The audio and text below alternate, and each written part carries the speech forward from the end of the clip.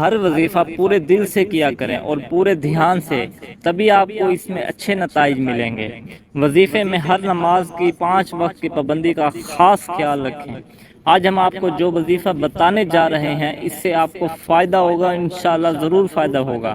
وظیفہ کو ناجائز کاموں کے لیے استعمال مت کیا کریں، غلط مقصد کے لیے استعمال مت کیا کریں، تو اس کے غلط نتائج کا ذمہ دار آپ خود ہوں گے۔ وظیفے کے لیے نماز کی پابندی لازمی ہوتی ہے۔ اگر آپ 5 وقت کی نماز ادا نہیں کریں گے تو وظیفہ کرنے کا کوئی اثر نہیں ہوگا۔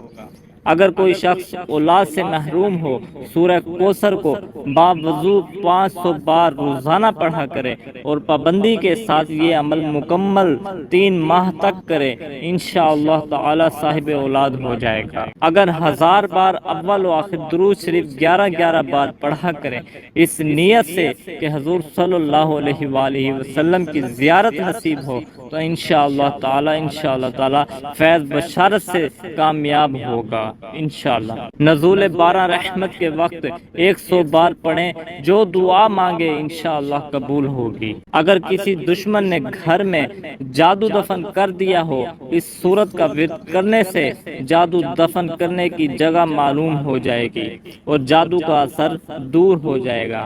وظیفہ یا عمل پورے یقین سے کریں، شک عمل کو ضائع کر دیتا ہے۔ پوری توجہ کے ساتھ وظیفہ پڑھا جائے اور دعا پورے دل کے ساتھ مانگیں، رزق حلال کا اہتمام کریں۔ حرام غذا عمل کے اثر کو ختم کر دیتی ہے۔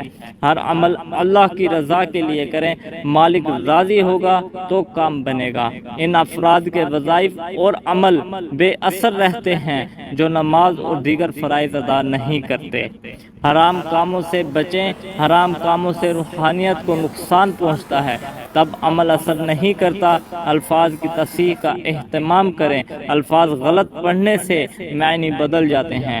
صفائی اور پاکیزگی کا اہتمام کریں۔ اللہ تبارک و تعالی آپ کا اور میرا حامی و ناصر ہو، آمین۔ جزاک اللہ